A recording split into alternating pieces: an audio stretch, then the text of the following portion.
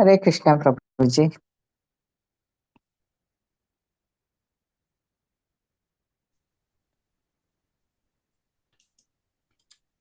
ಹರೇ ಕೃಷ್ಣ. ಹರೇ ಕೃಷ್ಣ ಪ್ರಭುಜಿ. ಬರ್ಲಿಲ್ಲ, ಮೆಸೇಜ್ ಆಗ್ತದೆ.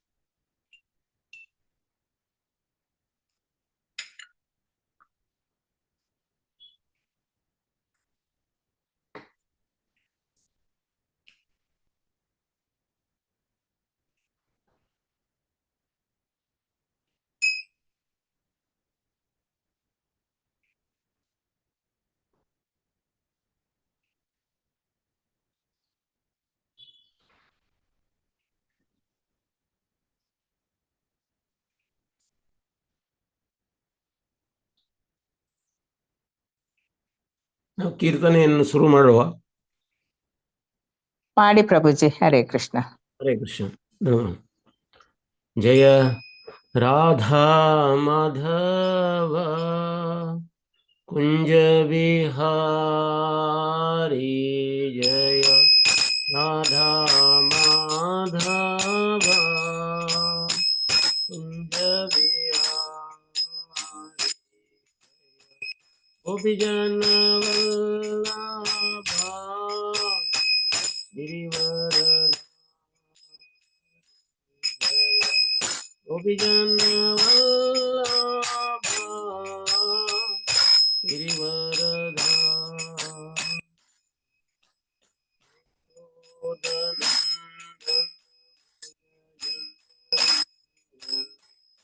ಯಶೋಧನಂದನ ಯಮುನ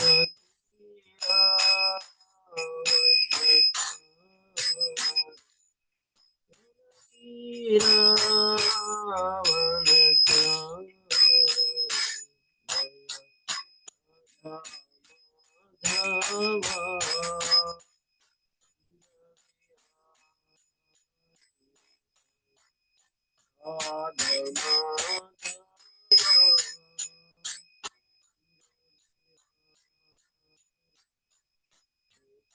ಪ್ರಭುಜಿ ಸರಿಯಾಗಿ ಕೇಳುದಿಲ್ಲ. ಕೃಷ್ಣ ಕೃಷ್ಣ. ಇವಾಗ ಮಾತಾಜಿ ಈಗ ಕೇಳ್ತದೆ. ಸರಿ. ಹರೇ ಕೃಷ್ಣ ಕೃಷ್ಣ ಕೃಷ್ಣ ಹರೇ ಹರೇ ಹರೇ ರಾಮ ರಾಮ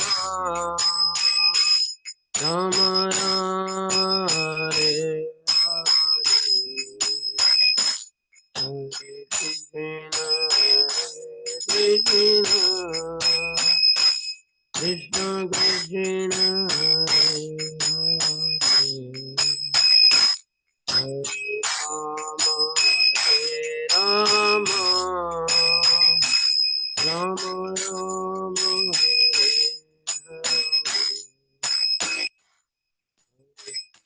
ಕೃಷ್ಣ ಹರೇ ಕೃಷ್ಣ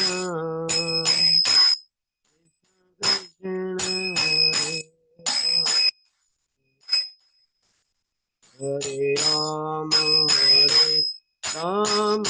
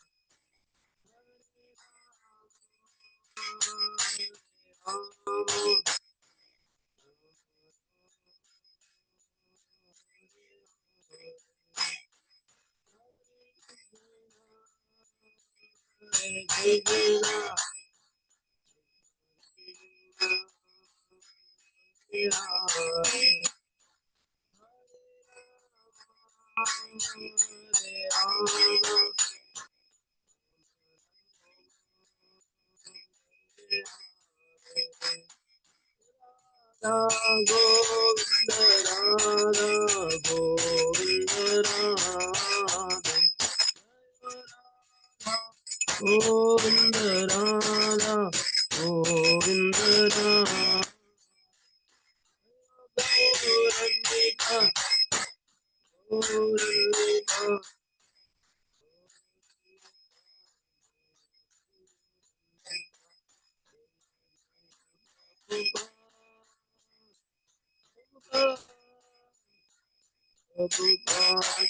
ಜಯ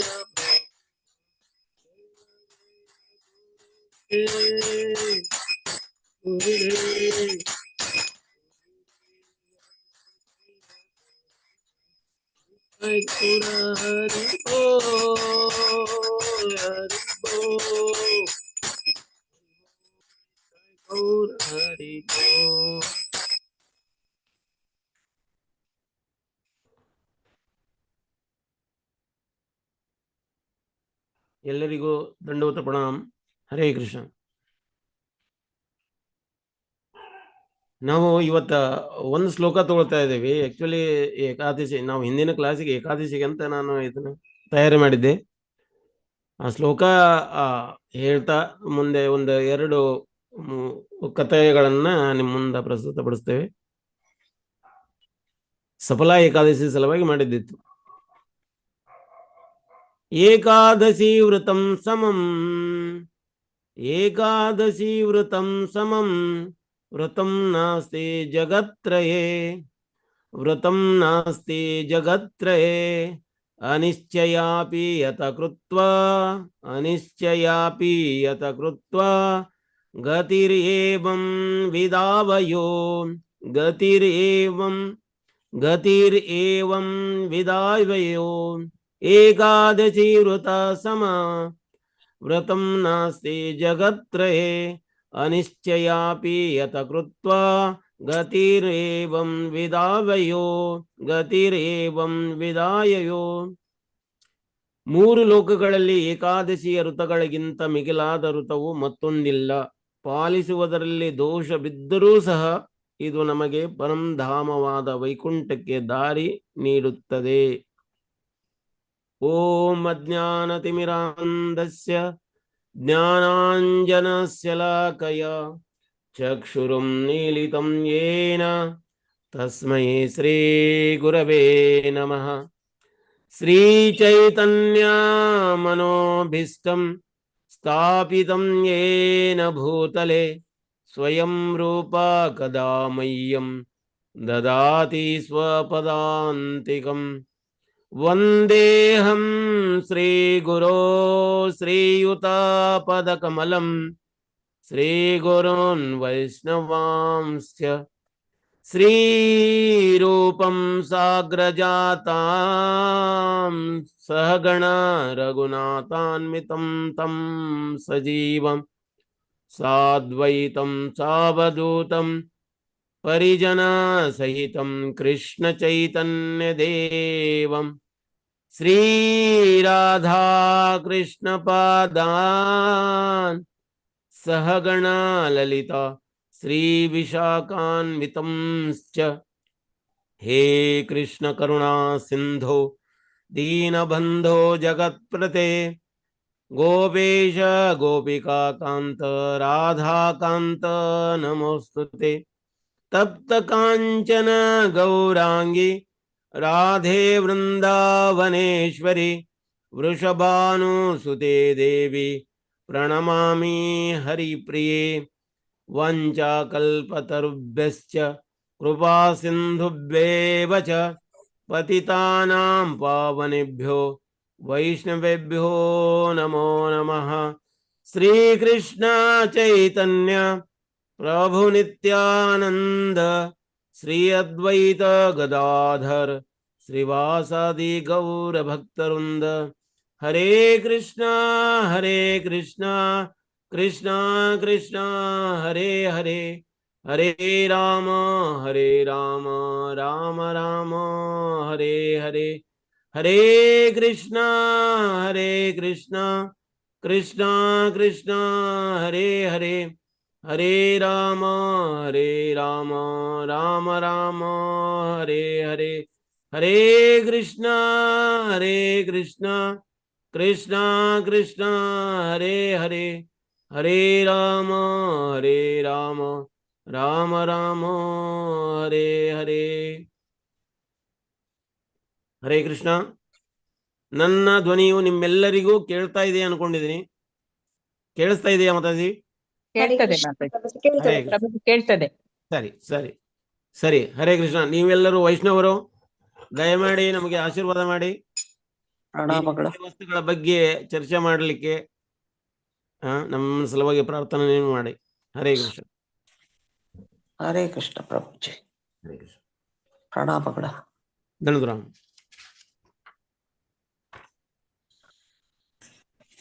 ವಿರಾಟ ರಾಜನ ಮಗ ಉತ್ತರ ಕುಮಾರ ಮತ್ತು ಅವರ ಮಗಳು ಉತ್ತರೆ. ಉತ್ತರೆಯನ್ನ ಮದುವೆ ಆದರೂ ಯಾರು? ಅಭಿಮನ್ಯು. ಅಭಿಮನ್ಯು ಯಾರು? ಅರ್ಜುನನ ಮಗ. ಅಭಿಮನ್ಯ ಮತ್ತು ಉತ್ತರೆಗೆ ಹುಟ್ಟಿದವರು ಪರೀಕ್ಷಿತ ಮಹಾರಾಜರು. ಇನ್ನು ಪರೀಕ್ಷಿತ ಮಹಾರಾಜರಿಗೆ ಯಾರು ಮದುವೆ ಆದರು? ಪರೀಕ್ಷಿತ ಮಹಾರಾಜರಿಗೆ ಈ ಉತ್ತರ ಕುಮಾರ ಏನಿದ್ನಲ್ಲ, ವಿರಾಟ ರಾಜನ ಮಗ ಉತ್ತರ ಕುಮಾರ ಮತ್ತು ಅವಳ ವಿರಾಟ ರಾಜನ ಮಗಳು ಉತ್ತರೆ ಅಲ್ಲ, ಇವರು ಅಣ್ಣ ತಂಗಿಯರು. ಉತ್ತರ ಕುಮಾರನ ಮಗಳು ಇರಾವತಿ ಅಂತ. ಇರಾವತಿನ ಯಾರು? ಪರೀಕ್ಷಿತ ಮಹಾರಾಜರು ಮದುವೆಯಾಗಿದ್ರು. ಪರೀಕ್ಷಿತ ಮಹಾರಾಜರಿಗೆ 4 ಮಂದಿ ಮಕ್ಕಳು, ಅದರಲ್ಲಿ 4ನೇ ದೇವ ಜನಮೇಜಯ ಅಂತ. ಹಿಂಗ ಅವ್ರದ್ದು ಕುಲ ಬರ್ತದ. ಅವ್ರ ಗುರುಗಳು ಯಾರು? ಇವ್ರ ಗುರುಗಳು ಯಾರಾಗಿದ್ರು ಅಂದ್ರೆ ಕೃಪಾಚಾರ್ಯರಾಗಿದ್ರು. ಒಂದ್ ಟೈಮ್ ಏನಾಯ್ತು, ಕಲಿಪುರುಷ ಆಕಳ ಮತ್ತು ಎತ್ತುಗಳನ್ನು ಹಿಂಸಿಸುವುದನ್ನ ಪರೀಕ್ಷಿತ ಮಹಾರಾಜರು ನೋಡಿದ್ರು. ಆ ಹಿಂಸುಷುವುದನ್ನ ನಿಲ್ಲಿಸೋದಕ್ಕೋಸ್ಕರ ಪರೀಕ್ಷಿತ ಮಹಾರಾಜರು ಅವರ ಕೈಯಲ್ಲಿ ಬಿಲ್ಲು ಬಾಣಗಳನ್ನು ಹಿಡ್ಕೊಂಡ್ರು. ಆಕ್ಚುಲಿ ಅವರ ರಾಜ್ಯದಲ್ಲಿ ರಾಜ್ಯಭಾರ ಹಿಂಗೆ ಇಷ್ಟೊಂದು ಸುಖ ಸಂಪದ್ಭರಿತವಾಗಿ ನಡೀತಾ ಇತ್ತಂದ್ರ ಯಾವುದೇ ದೋಷಗಳು ಇರಲಾರದಂತ ರಾಜ್ಯ ಇತ್ತು, ದೇಶ ಇತ್ತು. ಇದನ್ನು ಕಂಡು ಪರೀಕ್ಷಿತ ಮಹಾರಾಜ ಕೈಯೊಳಗ ಈಗ ಬಿಲ್ಲು ಬಾಣಗಳನ್ನು ಹಿಡಿದ್ರು ಅಂತ. ಈ ಕಥೆಯನ್ನ ಯಾರು ಹೇಳಿಕತ್ತರು? ಸುತ ಗೋಸ್ವಾಮಿ ಅವರು ಸೊನಕಾದಿಗಳಿಗೆ ಹೇಳಿ ಕೊಡ್ಲಿಕ್ಕತ್ತಿದ್ರು. ಸೊನಕಾದಿ ಋಷಿಗಳು ಏನು ಕೇಳ್ತಾ ಇದ್ದಾರೆ, ನಮ್ಗೆ ಇದು ಕೃಷ್ಣನಿಗಾಗಿ ರಿಲೇಟೆಡ್ ಇದ್ರೆ ಮಾತ್ರ ಮುಂದುವರಿಸ್ರಿ, ಇಲ್ಲ ಅಂದ್ರೆ ಮುಂದುವರಿಸಬೇಡಿ ಅಂತ ಹೇಳ್ತಾ ಇದ್ರು. ಅವಾಗ ಈ ಕೃಷ್ಣ ಕಥೆಗಳನ್ನ ಹೇಳುವುದನ್ನ ಸುತ ಗೋಸ್ವಾಮಿಗಳು ಅಂದ್ರೆ ಅದನ್ನ ವಿಸ್ತಾರವಾಗಿ, ದೀರ್ಘವಾಗಿ, ಗಂಭೀರವಾಗಿ ಆ ವಿಷಯಗಳನ್ನ ಹೇಳಲಿಕ್ಕೆ ತೊಡಗಿದ್ರು ಅಂತ. ಹಿಂಗ ಯಾವಾಗ ಕೃಷ್ಣನಿಗೆ ಕನೆಕ್ಟೆಡ್ ಆಗಿರ್ತದ ಅದು ನಮಗೆ ಶುಭ ತರ್ತದ, ಇಲ್ಲ ಅಂದ್ರೆ ಅವೆಲ್ಲವೂ ಅಶುಭಗಳು, ಅಂದ್ರೆ ನೆಗೆಟಿವಿಟಿ ಆಗಿರ್ತಾವಂತ. ನಮ್ಮ ಜೀವನದಲ್ಲಿ ಅನೇಕ ನೆಗೆಟಿವ್ ಥಿಂಗ್ಸ್, ಋಣಾತ್ಮಕ ವಿಚಾರಗಳು, ಋಣಾತ್ಮಕ ಪ್ರಸಂಗಗಳು ನಡೆದು ಹೋಗ್ತಾವ. ಆ ಋಣಾತ್ಮಕ ಪ್ರಸಂಗಗಳಲ್ಲೇ ಆಗ್ಲಿ ಅಥವಾ ಋಣಾತ್ಮಕ ವಿಷಯಗಳಲ್ಲಾಗ್ಲಿ ನಾವು ಏನನ್ನು ಹುಡುಕ್ಬೇಕು? ಕೃಷ್ಣನನ್ನು ಹುಡುಕ್ಬೇಕು. ಅಂದಾಗ ಮಾತ್ರ ಆ ಋಣಾತ್ಮಕ ಧನಾತ್ಮಕವಾಗಿ ಪರಿವರ್ತನೆಗೊಳ್ಳುತ್ತದೆ. ಈ ವಿಷಯಕ್ಕಾಗಿ ನಾವು ಒಂದು ಕಥೆಯನ್ನು ನೋಡೋಣ. ಈಗ ನಾವು ಹೋಗುವ ತಮಿಳುನಾಡಿಗೆ ಆ ಸ್ಥಳದ ಹೆಸರು ತಿರುಕೊಲ್ಲಿಯೂರ್ ಅಂತ.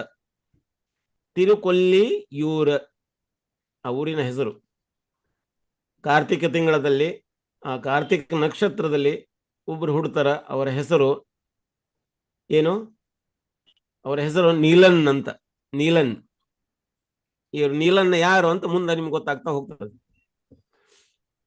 ಈ ನೀಲನ್ ಅನ್ನೋ ವ್ಯಕ್ತಿ ಯಾರಿದ್ರು? ಚೋಳ ರಾಜ್ಯದಲ್ಲಿ, ಚೋಳ ರಾಜ್ಯ, ಈಗ ನಾವು ಚೋಳರು, ಚೇರರು, ಪಾಂಡ್ಯರು, ಪಲ್ಲವರು ಅಂತ ಅನೇಕ ವಂಶಗಳು ನಡೆದೋದು. ಅದರಲ್ಲಿ ಚೋಳರು ಇವರು ಸೂರ್ಯವಂಶದಿಂದ ಬಂದವರು ಅಂತ ಹೇಳ್ಕೊಳ್ತಾರೆ.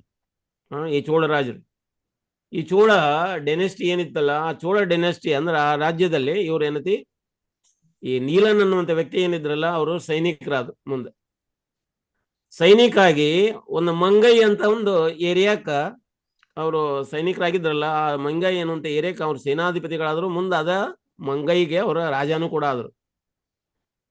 ಈ ಮಂಗೈ ರಾಜ ಆಗಿದ್ದವ್ರು ಯಾರು? ತಿರುಮಂಗೈ ಅಂತ. ಆಳ್ವರಲ್ಲಿ 12 ಆಳ್ವರಲ್ಲಿ ಒಬ್ರು ಇವ್ರು. ಅವ್ರಿಗೆ ತಿರುಮಂಗೈ ಆಳ್ವಾರ್ ಅಂತ ಕರೀತಾರೆ. ನಿಮಗೆ ಆಲ್ರೆಡಿ ಆಳ್ವಾರ್ ಬಗ್ಗೆ ಸ್ವಲ್ಪ ಕಿರುಪರಿಚಯ ಹಿಂದಿನ ಕ್ಲಾಸ್ನಲ್ಲಿ ನಾವು ಮಾಡಿದ್ವಿ. 12 ಆಳ್ವಾರ್ ಅವರು. ಆಳ್ವಾರಲ್ಲಿ ಇವರೊಬ್ಬರು ತಿರುಮಂಗೈ ಆಳ್ವಾರ್. ಇವ್ರ ಹೆಸರು ಏನಿತ್ತು? ನೀಲನ್ ಅಂತ ಇತ್ತು. ಇವ್ ನೀಲನ್ ಏನ್ ಮಾಡಿದ್ರು? ಒಂದು ಕಡೆಗೆ ಹೋದ್ರು. ಅವರು ಒಂದು ಸ್ಥಳದಾಗ ಹೋದ್ರು. ಅಲ್ಲಿ ಒಬ್ರು ಕನ್ಯೆ ಇದ್ರು. ಅವಳ ಹೆಸರು ಕುಮದ್ವಲ್ಲಿ ಅಂತ. ಕುಮದ್ವಲ್ಲಿ ಅಂತ. ನೋಡಿದ ಕೂಡಲೇ ಅವ್ರ ಮೇಲೆ ಪ್ರೇಮ ಆಯ್ತು ಇವನಿಗೆ. ಲವ್ ಎಟ್ ಫಸ್ಟ್ ಸೈಟ್ ಅಂತ ಹೇಳ್ತಾರಲ್ಲ ಹಾಗೆ. ಹೇಳಿದ ಕೂಡ್ಲೇನೆ ಇವನ್ ಏನ್ ಮಾಡಿದ? ಅವನ್ ಕೇಳಿದ, ನೀನ್ ನನ್ನ ಮದುವೆ ಆಗು ಅಂತ. ಕುಮದ್ವಲ್ಲಿ ಹೇಳಿದ್ಲು, ನಾನು ನಿನ್ನನ್ನು ಮದುವೆ ಆಗುವುದಾದ್ರೆ ಒಂದು ಕಂಡೀಷನ್ ಅಂತ. ಏನ್ ಕಂಡೀಷನ್? ಕಂಡೀಷನ್ ಇದು, ನೀನು ಏನಾಗಬೇಕು? ದೀಕ್ಷಿತನ ಆಗ್ಬೇಕು. ಅಂದ್ರೆ ಶ್ರೀ ಸಂಪ್ರದಾಯದಲ್ಲಿ ನೀವು ದೀಕ್ಷೆ ಪಡ್ಕೊಳ್ಬೇಕು. ದೀಕ್ಷೆ ಪಡ್ಕೊಳ್ಳೋದಂದ್ರೆ ಬರೀ ದೀಕ್ಷೆ ಪಡ್ಕೊಳ್ಳೋದಂದ್ರೆ ಬರೀ ನಾವು ದೀಕ್ಷೆ ಅಷ್ಟೇ ಅಲ್ಲ.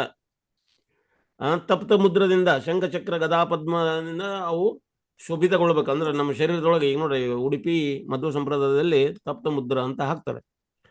ತಪ್ತ ಅಂದ್ರೆ ಕಾದ ಸೀಲ್ನಿಂದ ಸೀಲನ್ನು ಓದ್ತಾರೆ. ಅದು ಪ್ರಿಂಟ್. ಅಂದ್ರೆ ಈಗ ಬರೀ ಯಾವುದೇ ಒಂದು ಬಣ್ಣದಿಂದ ಈಗ ಮಾಡ್ತಾರೆ, ಟ್ಯಾಟೋ ಹಾಕೊಳ್ತಾರಲ್ಲ, ಆ ರೀತಿ ಟ್ಯಾಟೋ ಅಲ್ಲ. ಇದು ಪರ್ಮನೆಂಟ್ ಟ್ಯಾಟೋ. ಅದಕ್ಕೆ ತಪ್ತ. ಈಗ ನೋಡಿ, ರಾಧಾರಾಣಿ ಇನ್ನೊಂದು ಹೆಸರು ತಪ್ತ ಕಾಂಚನ ಗೌರಾಂಗಿ ಅಂತ. ತಪ್ತ ಕಾಂಚನ. ಕಾಂಚನ ಅಂದ್ರೆ ಇಲ್ಲಿ ಸೋನ, ಬಂಗಾರ. ತಪ್ತ ಅಂದ್ರೆ ಮೆಲ್ಟ್ ಆಗ್ಲಿಕ್ಕತ್ತತಿ. ಮೆಲ್ಟ್ ಆಗ್ಲಿಕ್ಕತ್ತಂದ್ರೆ ಈಗ ನಾವು ಬಂಗಾರನ ಕಾಯಿಸ್ತಾ ಹೋಗ್ತಾ ಇದ್ದೀವಿ. ಕಾಯ್ಬೇಕಾದ್ರೆ ಬಂಗಾರ ಯಾವ ರೀತಿ ನಿಗಿ ನಿಗಿ ನಿಗಿ ಅಂತ ಹೊಳಿತೈತಿ, ಆ ಹೊಳೆಯುವಂತ ಕಲರು ರಾಧಾರಾಣಿದಾಗಿತ್ತು ಅಂತ. ಅದಕ್ಕೆ ಅವಳಿಗೆ ಏನ್ ಹೇಳ್ತಾರೆ? ತಪ್ತ ಕಾಂಚನ ಗೌರಾಂಗಿ. ಹಂಗ ಇಲ್ಲಿ ತಪ್ತ ಅಂದ್ರೆ ಕಾದ ಮುದ್ರ, ಆ ಸೀಲ್ ನಮ್ಗೆ ಹಾಕೊಳ್ತಾರ. ಎಲ್ಲಿ ಚಕ್ರ, ಶಂಖ, ಗದಾ, ಪದ್ಮ ಇವು 4 ನಮ್ಮ ಭುಜದ ಮೇಲ್ಗಡೆಯಿಂದ ಹಿಂಗ ಹಾಕ್ತಾ ಹೋಗ್ತಾರೆ. ನಿಮ್ಗೆ ಆಲ್ರೆಡಿ ಮಧ್ವ ಸಂಪ್ರದಾಯದವರು ಯಾರಾದರೂ ಇದ್ರ ಪರಿಚಯ ಇತ್ತಂದ್ರೆ ನಿಮ್ಗೆ ಅದ್ರದ್ದು ಗೊತ್ತಿರ್ತದೆ. ಅಲ್ಲಿ ಹಾಕ್ತಾರೆ, ಈಗ ಮುದ್ರಾಸ್ ಅಂತ ಹಾಕ್ತಾರೆ. ಹಿಂಗ ತಪ್ತ ಮುದ್ರ ದೀಕ್ಷೆಯಾಗಿ ನಿನಗೆ ತಪ್ತ ಮುದ್ರ ಬಂದ್ರ ಮತ್ತೆ ಅದರ ಮೇಲೆ ಇನ್ನೊಂದು ಕಂಡೀಷನ್. ಏನ್ ಕಂಡೀಷನು? 1,000 ಜನರಿಗೆ ಪ್ರತಿದಿನ ಅನ್ನದಾನ ಮಾಡಬೇಕು. ಇವನು ಏನು ಹಿಂದೂ ಮುಂದೆ ಏನು ಯೋಚನೆ ಮಾಡಲಿಲ್ಲ, ಆಯ್ತು ಅನ್ನ. ಯಾಕಂದ್ರೆ ಇವ ರಾಜ ಆಗಿದ್ದ ಮಂಗೈಗೆ. ಸರಿ ಅಂದೆ, ಎಲ್ಲ ಐತಿ, ಎಲ್ಲ ವ್ಯವಸ್ಥೆ ಐತೆ ಅಂತ ಹೇಳ್ಬಿಟ್ಟು ಆದವ. ನಾವಿನೆಲ್ಲ ಮಾಡಿ ಬಂದ, ನೀನು ಮದುವೆ ಆಗ್ತೇನಂತ ಹೋದ. ಶ್ರೀ ಸಂಪ್ರದಾಯದಲ್ಲಿ ಹೋದ, ದೀಕ್ಷಾ ಮಾಡಿಸ್ಕೊಂಡ, ದೀಕ್ಷಾ ಆಯ್ತು, ತಪ್ತ ಮುದ್ರಾ ಅದು. ಆಮೇಲೆ ಈಗ ಅನ್ನದಾನ ಮಾಡ್ಬೇಕಲ್ಲ, ಅನ್ನದಾನನೂ ಮಾಡಾಕತ್ತಿದ. ಅನ್ನದಾನದ ಜೊತೆಗೆ ಬಂದವ್ರಿಗೆಲ್ಲ ಅವ್ರು ಏನೇನು ಕೇಳ್ತಾರ ಅದನ್ನೆಲ್ಲ ಕೊಡ್ಲಿಕ್ಕತ್ತಿದ್ದವ. ಧೀರೆ ಧೀರೆ ಧೀರೆ ಅಂದ್ರೆ ಮೆಲ್ಲಗೆ ಅವನ ಕೋಶದ ಟ್ರೆಜರಿ ಏನೈತಲ್ಲ ಖಾಲಿ ಆಗ್ತಾ ಬರ್ಲಿಕ್ಕತ್ತು. ಕ್ರಮೇಣ ಖಾಲಿ ಆಗಿ ಹೋತು. ಏನು ಉಳಿಲೇ ಇಲ್ಲ ಅವನ ಹತ್ರ, ಏನು ಉಳಿಲಿಲ್ಲ. ಏನ್ ಮಾಡೋದು ಇವಾಗ? ಅದಕ್ಕೆ ಅವ ಒಂದು ರೀತಿ ಡಕಾಯಿತ ಆದ. ಯಾರ್ಯಾರು ಶ್ರೀಮಂತರು ಅದಾರಲ್ಲ ಅವ್ರನ್ನ ಕೊಳ್ಳೆ ಹೊಡೆಯೋದು, ಅದು ಬಡ ಜನರಿಗೆ ತಮ್ಮಂದು ಹಂಚೋದು. ನಾವು ಇಂಗ್ಲಿಷ್ನಲ್ಲಿ ಒಂದು ರಾಬನ್ ಹುಡ್ ಅಂತಂದು ಕಥೆಗಳನ್ನು ಕೇಳ್ತೇವೆ. ಆ ರೀತಿ ಈ ವ್ಯಕ್ತಿ ಆದ. ಹಿಂಗ ಡಕಾಯಿಟ್ ಇಷ್ಟೊಂದು ಈ ರೀತಿ ಡಕಾಯಿಟ್ ಆದವ, ಡಕಾಯಿತಿ ಮಾಡ್ಲಿಕ್ಕತ್ತದ, ಪ್ರಸಿದ್ಧ ಆಗಿ ಹೋದವ. ಅವನ ಹೆಸರು ಕೇಳಿದ್ರೆ ಜನ ನಡಗ್ಲಿಕ್ಕತ್ತು, ಗಡಗಡ ಅಂತ ನಡಗ್ಲಿಕ್ಕತ್ತು. ಹಿಂಗ ಕೊಳ್ಳೆ ಹೊಡಿತಾ ಬಡ ಜನರಿಗೆ ತಮ್ಮಂದು ಹಂಚ್ಲಿಕ್ಕತ್ತಿದ. ಹಂಚ್ಲಿಕ್ಕತ್ತಿದ. ಒಂದಿನ ಏನಾಯ್ತು, ಎಲ್ಲ ಖಾಲಿ ಆಗ್ಬಿಟ್ಟಿರ್ತಾವ. ಮತ್ತೆ ಏನ್ ಮಾಡೋದು? ಕಳ್ಳತನ ಮಾಡಕ್ ಹೋಗ್ಬೇಕು, ಪ್ಲಾನಿಂಗ್ ಮಾಡ್ಬೇಕಲ್ಲ. ಇಂಥವ್ರ ಮನೆಗೆ ಕಳ್ಳತನ ಮಾಡ್ಬೇಕು, ಇವತ್ತು ಇಂಥದ್ದು ಹೊಡಿಬೇಕು ಅಂತ ಪ್ಲಾನಿಂಗ್ ಮಾಡ್ಬೇಕು. ಆ ಪ್ಲಾನಿಂಗ್ ಮಾಡ್ಕೊಂಡು ಹೋಗಿ ಕಳ್ಳತನ ಮಾಡ್ಕೊಂಡು ತಂಬರ್ಬೇಕು. ಅದನ್ನು ಈಸಿ ಅಲ್ಲ. ಕಳ್ಳತನ ಮಾಡೋದಂದ್ರ ಇಷ್ಟು ಹಗುರಲ್ಲ. ಆ ರೀತಿ ಟೆಕ್ನಿಕ್ ಇರ್ಬೇಕು, ಯಾರಿಗೂ ಸಿಗದಂಗೆ ಇರಬೇಕು. ಅವರೆಲ್ಲ ಇವನು ಶಿಷ್ಯರಿದ್ರು. ಯಾರು? ಈ ನೀಲನ್ ಅನ್ನುವಂಥ ವ್ಯಕ್ತಿ ಇದ್ರಲ್ಲ, ಅವನ ಶಿಷ್ಯರು. ಅವರು ಸ್ಪೆಷಲ್ ಇದ್ರು. ಏನು ಸ್ಪೆಷಲ್ ಅಂದ್ರ, ಯಾರ ಮನೆಗೆ ಹೋಗ್ತಾರ ಅಥವಾ ಯಾರ ವ್ಯಕ್ತಿ ಮನೆಗೆ ಹೋಗ್ತಾರ, ಅವ್ರ ಮನೆಯವ್ರು ಎದ್ದಿರ್ಬೇಕು. ಎದ್ದಾಗನ ಕಳ್ತನ ಮಾಡ್ತಿದ್ರು ಅವ್ರು. ಹೆಂಗ? ಅವ್ರು ನೋಡುತ್ತನ ಅವರು ಮೆಸ್ಮರೈಸ್ ಆಗಿ ಹೋಗ್ಬಿಡ್ತಿದ್ರು, ಸ್ತಬ್ಧ ಆಗಿ ಹೋಗ್ಬಿಡ್ತಿದ್ರು, ಸ್ಟ್ಯಾಚ್ಯೂ ಆಗಿ ನಿಂತ್ಕೊಂಡ್ಬಿಡ್ತಿದ್ರು ನೋಡಿದ್ಬಿಡ್ಲೆ. ಇನ್ನೊಬ್ಬ ವ್ಯಕ್ತಿ ಅವ್ರ ಮನೆ ಟ್ರೆಜರಿ ಅಥವಾ ಏನೋ ಬಾಕ್ಸ್ ಇತ್ತು, ಆ ಬಾಕ್ಸದ ಕಿಲಿಗೆ ಹಿಂಗೋಗಿ ನೋಡಿದ್ರೆ ಸಾಕು, ಬಾಕ್ಸ್ ಅಪ್ನ ಆಪ್ ಓಪನ್ ಆಕಿತ್ತು. ಇನ್ನೊಬ್ಬ ವ್ಯಕ್ತಿ ಇದ್ದ ನೀರಿನ ಮೇಲೆ ನಡೀತಿದ್ದ. ಇನ್ನೊಬ್ಬ ವ್ಯಕ್ತಿ ನೀರಿನ ಮೇಲೆ ಗಾಳಿ ಒಳಗೆ ಅಡ್ಡಾಡ್ತಿದ್ರು. ಈ ರೀತಿ ಅವರಲ್ಲೇ ಒಂದು ಸಿದ್ಧಿಗಳಿದ್ವು. ಇವಕ್ಕೆಲ್ಲ ಅಷ್ಟಸಿದ್ಧಿಗಳಂತ ಕರೀತಾರೆ. 8 ರೀತಿಯ ಸಿದ್ಧಿಗಳಿರ್ತಾವ. 8 ರೀತಿ ಸಿದ್ಧಿಗಳು ಸಾಧನೆ ಮಾಡಿದ್ರೆ ನಾವು ಪಡ್ಕೊಳ್ಬಹುದು, ಆದ್ರೆ ನಮ್ಗೆ ಅವಶ್ಯಕತೆ ಇಲ್ಲ. ಪ್ರಭುಪಾದವರು ಆ ರೀತಿ ಹೇಳ್ತಾರೆ. ಅಷ್ಟಸಿದ್ಧಿ, ಅಣಿಮ, ನಗಿಮ, ಮಹಿಮ, ಅಸಿತ, ಯಸಿತ, ವಸಿತ, ಪ್ರಾಪ್ತಿ ಅಂತ ಹಿಂಗ 8 ರೀತಿಯ ಸಿದ್ಧಿಗಳಿರ್ತಾವ. ಇದನ್ನ ಪ್ರಭುಪಾದವ್ರದ್ದು ಒಂದು ಉದಾಹರಣೆ ನಿಮ್ಗೆ ಹಿಂದಿನ ಕ್ಲಾಸ್ನಲ್ಲಿ ಹೇಳಿದ್ನೇನು, ಆದ್ರೂ ಇನ್ನೊಮ್ಮೆ ರಿಪೀಟ್ ಮಾಡೋಣ. ಪ್ರಭುಪಾದವರು ಪ್ರಯಾಗರಾಜದಲ್ಲಿದ್ರು. ಪ್ರಯಾಗರಾಜದಲ್ಲಿ ಇದ್ದಾಗ ಒಬ್ರು ಫಾರಿನ್ ಶಿಷ್ಯರು ಅವರು ಬಂದು, ಪ್ರಭುಪಾದ ಗಂಗಾ ನದಿ ಮೇಲೆ ನಡೆದು ಹೋಗ್ತಾ ಇದ್ದಾರೆ ಅಂತ. ಪ್ರಭುಪಾದವ್ರು ಅಷ್ಟೊಂದು ಅದನ್ನು ಕೇರ್ ಮಾಡಲಿಲ್ಲ. ಪ್ರಭುಪಾದ್ ಅವ್ರು ಗಂಗಾ ನದಿ ಮೇಲೆ ನಡೆದು ಹೋಗ್ತಾ ಇದ್ದಾರೆ, ಆದ್ರೂ ಕೇಳಿಸ್ಕೊಳ್ಳಿಲ್ಲ. 3ನೇ ಮಾಡಿ ಕೇಳಿಲ್ಲ ಅಂತ ಹೇಳ್ಬಿಟ್ಟು ಶಿಷ್ಯ ಜೋರಾಗಿ, ಪ್ರಭುಪಾದ್ ಅವ್ರು ನೀರಿನ ಮೇಲೆ ನಡೆದು ಹೋಗ್ತಾ ಇದ್ದಾರೆ ಅಂತ. ಅದಕ್ಕೆ ಪ್ರಭುಪಾದವ್ರು ಹೇಳಿದ್ರು, ಅವ್ರು ಇನ್ನೊಬ್ರು ಶಿಷ್ಯ ಕೇಳಿದ್ರು, ಗಂಗಾ ನದಿ ಈ ದಂಡಿಯಿಂದ ಆ ದಂಡಿಗೆ ಹೋಗ್ಲಿಕ್ಕೆ ಎಷ್ಟು ರೊಕ್ಕ ತಗೊಳ್ತಾರ ಅಂತ, ಎಷ್ಟು ದುಡ್ಡು ತಗೊಳ್ತಾರ? ಅವಾಗ 50 ಪೈಸೆ ತಗೊಳ್ತಿದ್ರು. ಯಾರು? ನಾವಿಕರು 50 ಪೈಸೆ. ಅದಕ್ಕೆ ಪ್ರಭುಪಾದರು ಹೇಳಿದ್ರು, ಈ ವಿದ್ಯೆ ಐತಲ್ಲ 50 ಪೈಸದ ವಿದ್ಯೆ, ಇದನ್ನ ಏನಾರ ಅವ್ರ ಜೀವನಕ್ಕೆ ಆಧ್ಯಾತ್ಮಿಕವಾಗಿ ಉಪಯೋಗ ಮಾಡಿದ್ರೆ ಅವ್ರ ಜೀವನ ಪಾವನಾಗಿ ಹೋಗ್ತಿತ್ತು, ಇದ ಜನ್ಮದಾಗ ಭಗವದ್ಧಾಮ ಹೋಗ್ಲಿಕ್ಕೆ ಆಗ್ತಿತ್ತು ಅಂತ. ಅಂದ್ರ ಈ ವಿದ್ಯೆಗಳು ಸಿದ್ಧಿಗಳು ಏನದಾವಲ್ಲ, ಇವು ಅಗ್ಗದ ಜನರಿಗೆ ಒಲಿಸಿಕೊಳ್ಳುವಂತ ಚಮತ್ಕಾರಗಳನ್ನ ಮಾಡಿ ತೋರಿಸುವಂತ ವ್ಯವಸ್ಥೆ. ಅಥವಾ ಇದನ್ನ ಭಕ್ತಿಗಾಗಿ ಉಪಯೋಗ ಮಾಡಿದ್ರೆ ಅಡ್ಡಿ ಇದ್ದಿಲ್ಲ. ಪ್ರಭುಪಾದವ್ರು ಕೆಲವೊಮ್ಮೆ ಅದನ್ನ ಬಾಂಬೆ ಚೌಪಾಟಿ ಟೆಂಪಲ್ ಸೈಟ್ ಖರೀದಿ ಮಾಡ್ಬೇಕಾದ್ರೆ ಅದನ್ನ ಉಪಯೋಗ ಮಾಡಿದ್ರು ಅಂತ ಕೇಳಿದ್ವಿ. ಅವ್ರೇನೋ ಮೋಸ ಮಾಡ್ಲಿಕ್ಕೆ ಪ್ರಯತ್ನ ಪಟ್ಟಿದ್ರಲ್ಲ ಆ ವ್ಯಕ್ತಿಗಳಿಗೆ. ಹೀಗೆ ಈ ಅಷ್ಟಸಿದ್ಧಿಗಳಲ್ಲಿ ಈ ರೀತಿ ಅನೇಕ ಸಿದ್ಧಿಗಳು ಇವ್ರ ಶಿಷ್ಯರಿಗೆ ಗೊತ್ತಿದ್ದು, ಅವರ ಆ ರೀತಿ ಆ ಸಿದ್ಧಿಯನ್ನು ಉಪಯೋಗ ಮಾಡಿಕೊಂಡು ಕಳ್ಳತನ, ದೋಚುವಂತ ವ್ಯವಸ್ಥೆ ಅವ್ರು ಮಾಡ್ತಾ ಇದ್ರು. ಆದ್ರೆ ಒಂದು ದಿನ ಎಲ್ಲಿ ಹೋಗ್ಬೇಕು, ಕಳ್ಳತನ ಮಾಡಿದ್ರೆ ಎಲ್ಲಾ ಕಳ್ಳತನ, ಎಲ್ಲಾ ಕಡೆಗಿರೋ ಶ್ರೀಮಂತರು ಎಲ್ಲರ ಯಶಸ್ವಿ ಶ್ರೀಮಂತರಿದ್ರು, ಅವ್ರನ್ನೆಲ್ಲಾ ಕಳ್ಳತನ ಮಾಡಿದ್ರು. ಈಗ ಸಿಗ್ತಾ ಇಲ್ಲ, ಏನ್ ಮಾಡೋದು ಅಂತ ಒಬ್ಬ ಶಿಷ್ಯ ಬಂದು ಹೇಳಿದ, ನೋಡಿ ಅಲ್ಲೊಂದು ಮೆರವಣಿಗೆ ನಡೀತಾ ಇದೆ. ಆ ಮೆರವಣಿಗೆ ಏನಪ್ಪ ಅಂದ್ರೆ ವಧುವರರ ಮೆರವಣಿಗೆ, ಮದುವೆ ಮಾಡ್ಕೊಂಡು ಹೋಗ್ತಾ ಇದ್ದಾರೆ. ಈಗ ಅವರು ಎಲ್ಲ ಕೊರಳಲ್ಲಿ ಎಷ್ಟೊಂದು ಬಂಗಾರದ ಆಭರಣಗಳನ್ನ ಧಾರಣೆ ಮಾಡಿದ್ದಾರೆ. ಅವ್ರ ಕಡೆಗೆ ಒಳ್ಳೆ ಟ್ರೆಜರಿ ಐತಿ. ಅದನ್ನ ಒನ್ ಟೈಮ್ ಲೂಟ್ ಮಾಡಿದ್ರೆ ನಾವು ಒಂದೇ ತಿಂಗಳ ತನೂ ಅನುದಾನ ಮಾಡ್ಲಿಕ್ಕೆ ಆಗ್ತದೆ. ಉದ್ದೇಶ ಏನು ಇವ್ರದ್ದು? ಅನುದಾನ ಮಾಡೋ ಉದ್ದೇಶ. ಕೃತಿ ಏನು? ಕಳ್ಳತನ ಮಾಡೋದು.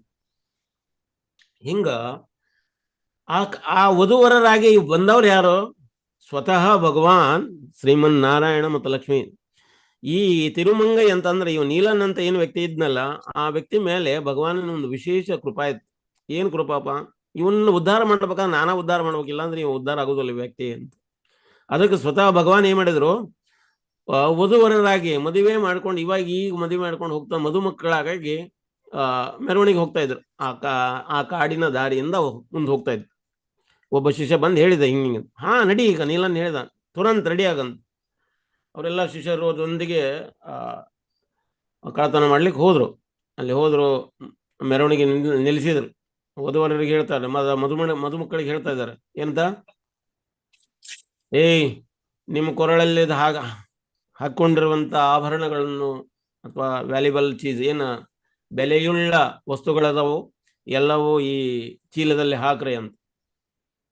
ಅವರೆಲ್ಲ ಹೆದರಿಕೊಂಡ್ಬಿಟ್ರು. ಅವ್ರ ಸುತ್ತಲಿರುವಂತ ಸಂಬಂಧಿಕರು, ಮೆರವಣಿಗೆ ಹೋಗ್ತಾ ಇರುವಂತ ಜನರು, ಅವರೆಲ್ಲ ಭಯಭೀತರಾಗ್ಬಿಟ್ರು. ಯಾಕಂದ್ರೆ ಇವ್ರ ಕೈ ಎಲ್ಲ ಅಸ್ತ್ರಶಸ್ತ್ರಗಳದಾವು. ಜೋರಾಗಿ ಹೇಳ್ತಾ ಇದ್ದಾರೆ, ವಾರ್ನಿಂಗ್ ಕೊಡ್ತಾ ಇದ್ದಾರೆ. ಮತ್ತೆ ಅವರೇನೈತಿ, ಭಯದಿಂದ ಅವನ್ನೆಲ್ಲವನ್ನು ತೆಗೆದು ಚೀಲದಲ್ಲಿ ಹಾಕ್ಲಿಕ್ಕತ್ತಿದ್ರು.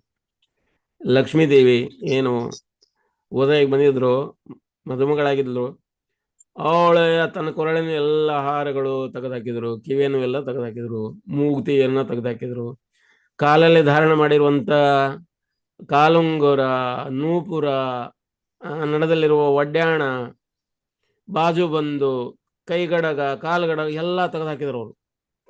ಭಗವಾನ್ ನಾರಾಯಣ ಏನಿದ್ರಲ್ಲ ಹೊರಾಗಿ, ಅವರು ಕೂಡ ತೆಗೆದಾಕಿದ್ರು, ಎಲ್ಲ ತೆಗೆದಾಕಿದ್ರು. ಇವ ನೀಲನ್ ನೋಡಿದ, ಮ್ಯಾಲಿಂದ ಕೆಳಗ್ ನೋಡಿದ, ಕಾಲಲ್ಲಿ ಒಂದು ಕಡಗ ಹಂಗ ಉಳಿದದು. ಅದನ್ನ ಯಾಕೆ ಬಿಟ್ಟಿದೆ ಅಂತ ತೆಗಿ ಅಂತ. ಅವ್ರು ಹೇಳಿದ್ರು, ನಾನು ಎಷ್ಟೋ ಪ್ರಯತ್ನ ಪಡ್ತಾ ಇದ್ದೀನಿ, ಅದು ಕಾಲಂದ್ ಬರ್ತಾ ಇಲ್ಲ, ಏನ್ ಮಾಡೋದು ಅಂತ. ಬರ್ತಾ ಇಲ್ಲ, ಸುಳ್ಳು ಹೇಳ್ತಾ ಇದ್ದೇನೆ ಅಂತ. ಬೇಕಾದ್ರೆ ನೀವು ಟ್ರೈ ಮಾಡಿ ನೋಡೋಣ. ಯಾರು? ವರ ಅಥವಾ ಭಗವಾನ್ ನಾರಾಯಣ ಟ್ರೈ ಮಾಡಿ ನೋಡಂದ್ರು. ಅವ್ರು ಬಂದು ಕಾಲಿಗೆ ಪಾದ ಹಿಡ್ಕೊಂಡ್ರು. ಅವರು ಪರಮಾತ್ಮನ ಪಾದ ಹಿಡಿದ್ರು, ಗಟ್ಟಿಗೆ ಪಾದ ಹಿಡ್ಕೊಂಡು ಆ ಕಡಗ ಐತಲ್ಲ ಹಿಂಗ್ ಜಗ್ಲಿ ಕತ್ತಿದ್ರು ಕೂಡ ಅದು ಓಪನ್ ಆಗ್ತಾ ಇಲ್ಲ. ಏನ್ ಮಾಡೋದು?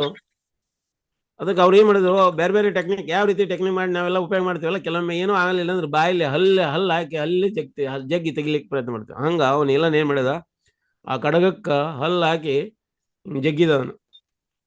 ಜಗ್ಗಿದ ಪರಮಾತ್ಮ ಇವನ್ ಟೆಕ್ನಿಕ್ ನೋಡಿದ, ವಾಹ್ ಸೂಪರ್ ಅಂದ, ತಾಲಿ ಬಜಾಯ್, ಚಪ್ಪಾಳೆ ಬರ್ಸಿದವನು, ವಾಹ್ ಅಡ್ಡಿ ಇಲ್ಲ ಅಂದ, ಒಳ್ಳೆ ತೆಗದೆ ಅಂದಿನಿ.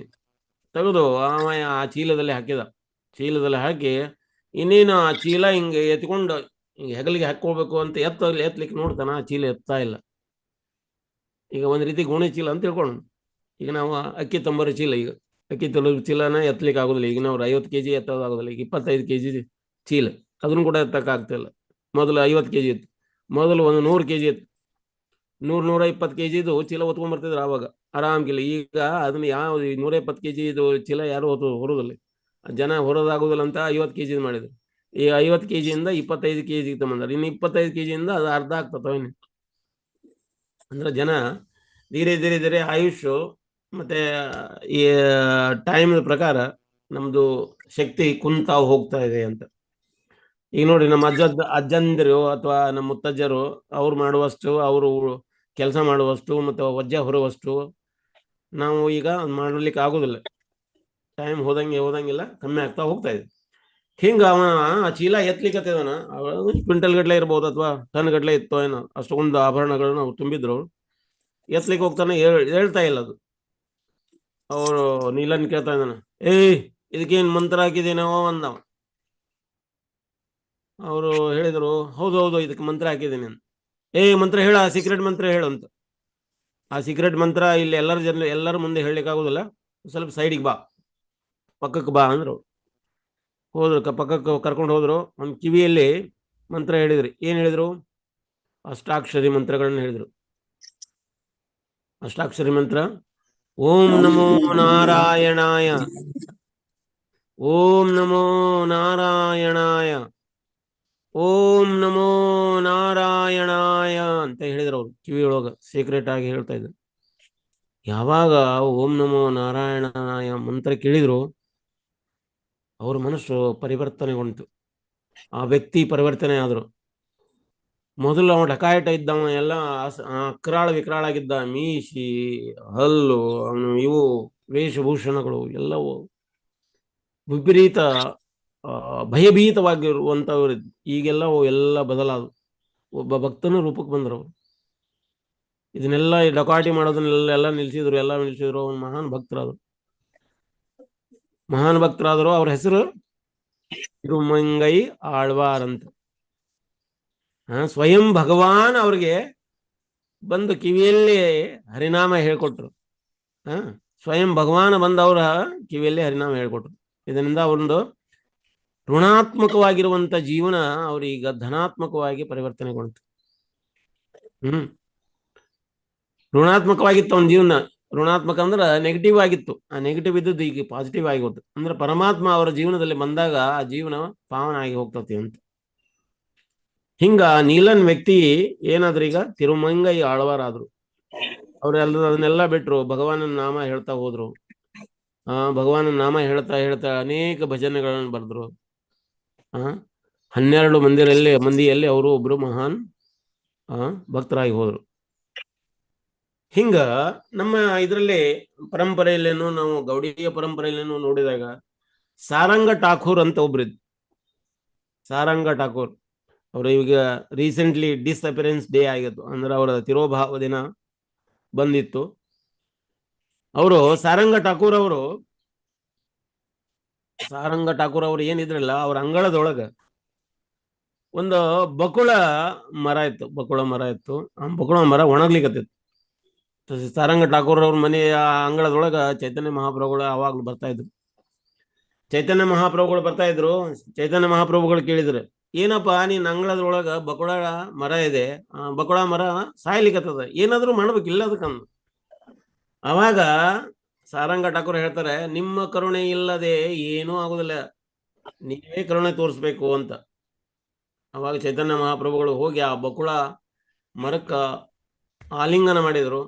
ಅದೇನು ಸಾಯ್ಲಿಕ್ಕತ್ತಿತ್ತು, ಒಣಗ್ಲಿಕ್ಕತ್ತಿತ್ತು, ಅದು ಮತ್ತೆ ಮರಳಿ ಚಿಗುರ್ಲಿಕ್ಕತ್ತು. ಅಂದ್ರ ಯಾವಾಗ ಭಗವಾನನ ಒಂದು ಕೃಪೆಗೆ ಒಳಗಾಗ್ತತಿ, ಅವಾಗ ನಮ್ಮ ಜೀವನ ಚಿಗುರ್ತತಿ ಅಂತ. ಸಾರಂಗ ಠಾಕೂರ್ ಅವರಿಗೆ ಮಹಾಪ್ರಭು ಹೇಳ್ತಾರೆ, ಏನೋ ಇಷ್ಟು ವರ್ಷದಿಂದ ನೀ ಇದೆಯೇ, ಯಾವ ಶಿಷ್ಯರನ್ನು ಪಡೆದಿಲ್ಲ, ನೀನು ಶಿಷ್ಯರನ್ನು ಪಡಿ ಅಂತ ಹೇಳಿದ್ರು, ಆಜ್ಞೆ ಮಾಡಿದ್ರು. ಅವಾಗ ಸಾರಂಗ ಠಾಕೂರ್ ಅವ್ರು ಹೇಳ್ತಾರೆ, ನಾ ಯಾರನ್ನು ಶಿಷ್ಯರನ್ನು ಪಡಲಿ, ನಾನು ಎಂತ ಗುರು, ನಾನು ಅದೆಲ್ಲ ನನಗೆ ಗೊತ್ತಿಲ್ಲ. ಚೈತನ್ಯ ಮಹಾಪ್ರಭು ಹೇಳ್ತಾರೆ, ನಾಳೆ ನೀನು ಶಿಷ್ಯರನ್ನು ಸ್ವೀಕಾರ ಮಾಡ್ತೀಯ. ಸಾರಂಗ ಠಾಕೂರ್ ಹೇಳ್ತಾರೆ, ಆಯ್ತು, ನಾಳೆ ನನಗೆ ಯಾರು ಕಾಣ್ತಾರೆ ಅವರಿಗೆ ನಾನು ಈ ಹರಿನಾಮ ಹೇಳ್ಕೊಡ್ತೇನೆ ಅಂತ. ಅವರು ಬೆಳಿಗ್ಗೆ ಸ್ನಾನಕ್ಕೆ ಹೋದ್ರು. ಗಂಗಾ ನದಿಯಲ್ಲಿ ಸ್ನಾನ ಮಾಡ್ಬೇಕಾದ್ರೆ ಒಂದು ಹೆಣ ತೇಲ್ಕೊಂಡು ಬಂತು. ಅದು ಹೆಣ ಏನಪ್ಪ ಅಂದ್ರೆ, ಒಂದು ಹುಡುಗ ಹಾವು ಕಡಿದು ತೀರಿ ಹೋಗಿದ್ದವ.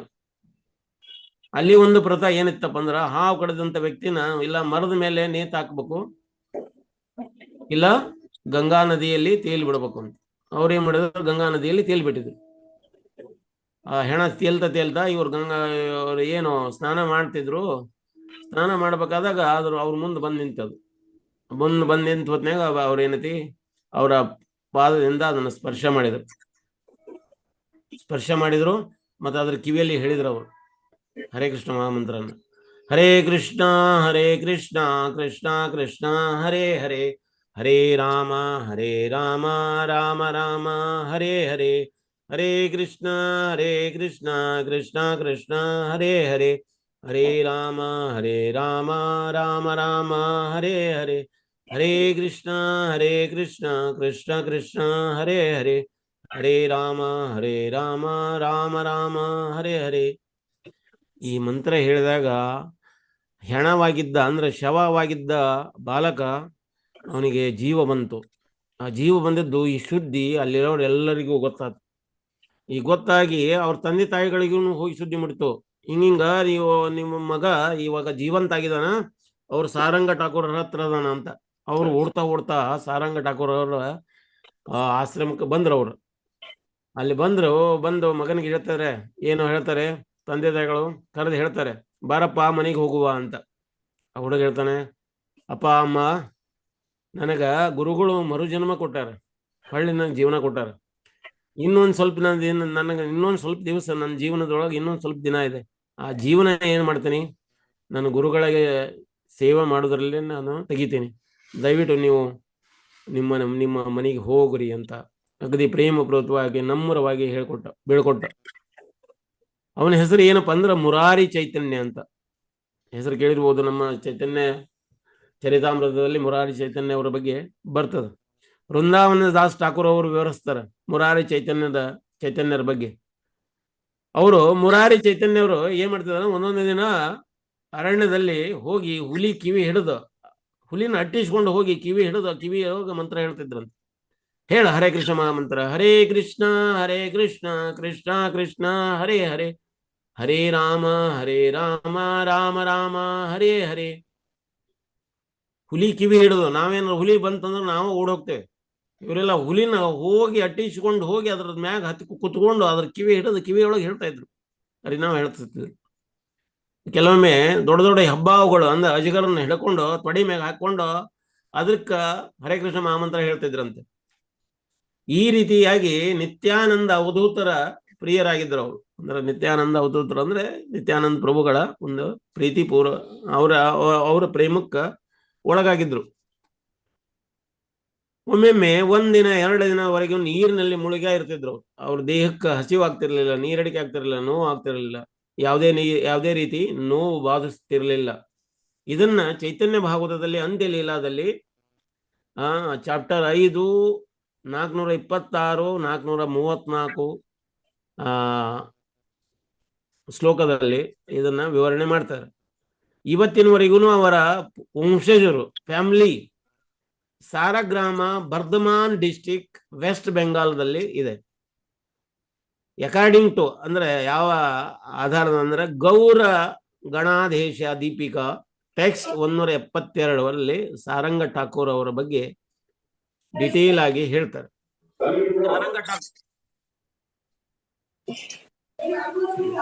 ಈ ಸಾರಂಗ ಠಾಕೂರ್ ಅವರು ಯಾರಾಗಿದ್ರು ಅಂದ್ರ ಕೃಷ್ಣ ಲೀಲೆಯಲ್ಲಿ ಯಾರಾಗಿದ್ರು ಅಂದ್ರೆ ನಂದಿಮುಖಿ ಅನ್ನುವಂತ ಬ್ರಜಲೀಲಾದೊಳಗ ನಂದಿಮುಖಿ ಅಂತ ಒಂದು ಗೋಪಿಯಾಗಿದ್ರು ಅಂತ. ಹಿಂಗ ಈ ಸಾರಂಗ ಠಾಕೂರ್ ಅವರು ಒಂದು ಜೀವನಿ ಈ ರೀತಿ ನಡೀತು ಅಂತ. ಅಂದ್ರ ಯಾವಾಗ ಕೃಷ್ಣ ನಮ್ಮಲ್ಲಿ ನಡೆಯು ಬರ್ತಾನೆ, ನಮ್ಮ ಯಾವ ಎಲ್ಲ ಋಣಾತ್ಮಕ ವಿಷಯಗಳೇನದವಲ್ಲ ಅವು ಸೆಟಲ್ ಡೌನ್ ಆಗ್ತಾವು ಅಂತ. ಹಿಂಗ ಏಕಾದಶಿಯ ವೃತ ನಾವು ಮೊದಲು ಓದಿದ್ವಿ. ಏಕಾದಶಿ ವೃತಂ ಸಮಂ ವ್ರತಂ ನಾಸ್ತಿ ಜಗತ್ರಯೇ ಅನಿಶ್ಚಯಾಪಿ ಯತ್ ಕೃತ್ವ ಗತಿರ್ ಏವಂ ವಿದಾವಯೋ. ಧರ್ಮರಾಜ ಯಾರು ಯುಧಿಷ್ಠಿರ ಮಹಾರಾಜರು ಕೃಷ್ಣಗೆ ಕೇಳ್ತಾರೆ ಈ ಏಕಾದಶಿ ಬಗ್ಗೆ. ಈಗ ನೋಡ್ರಿ, ಈಗ ರೀಸೆಂಟ್ಲಿ ನಮ್ಗ ಸಫಲಾ ಏಕಾದಶಿ ಹೋಯ್ತು. ಸಫಲಾ ಏಕಾದಶಿ ಬಗ್ಗೆ ಧರ್ಮರಾಜರು ಕೇಳ್ತಾರೆ. ಕೃಷ್ಣ ಅದ್ರ ಬಗ್ಗೆ ಹೇಳ್ತಾರೆ. ಕೃಷ್ಣ ಹೇಳ್ತಾ ಒಂದು ಕಥೆಯನ್ನು ಹೇಳ್ತಾರೆ. ಏನ್ ಕಥೆ ಅಂದ್ರೆ, ಚಂಪಾವತಿ ಈ ಚಂಪಾವತಿ ಅಥವಾ ಚಂಪಾಪುರ ಅನ್ನುವಂಥ ಒಂದು ರಾಜ್ಯ. ಆ ರಾಜ್ಯದ ರಾಜ ಮಾಹಿಸ್ಮತಿ ಅನ್ನುವಂಥ ರಾಜ, ಮಾಹಿಸ್ಮತ್ ಅಥವಾ ಮಾಹಿಸ್ಮತಿ ಅಂತ ಹೇಳ್ತಾರೆ ರಾಜ, ಅವನ ಹೆಸರು. ಅವ ಗ್ರೇಟ್ ವೈಷ್ಣವ ಆಗಿದ್ರು, ಒಳ್ಳೆ ದೊಡ್ಡ ಮಹಾನ್ ವೈಷ್ಣವರು. ಅವನ ರಾಜ್ಯದಲ್ಲಿ ಸುಖ ಸಂಪದ್ಭರಿತದಿಂದ ಕೂಡಿತ್ತು. ಎಲ್ಲಾ ಕಡೆಗೂ ಭಕ್ತಿ ಪ್ರೇಮ ಪೂರ್ವಕವಾಗಿ ಪರಮಾತ್ಮನ ಸೇವೆ ಮಾಡ್ತಾ ಇದ್ರು.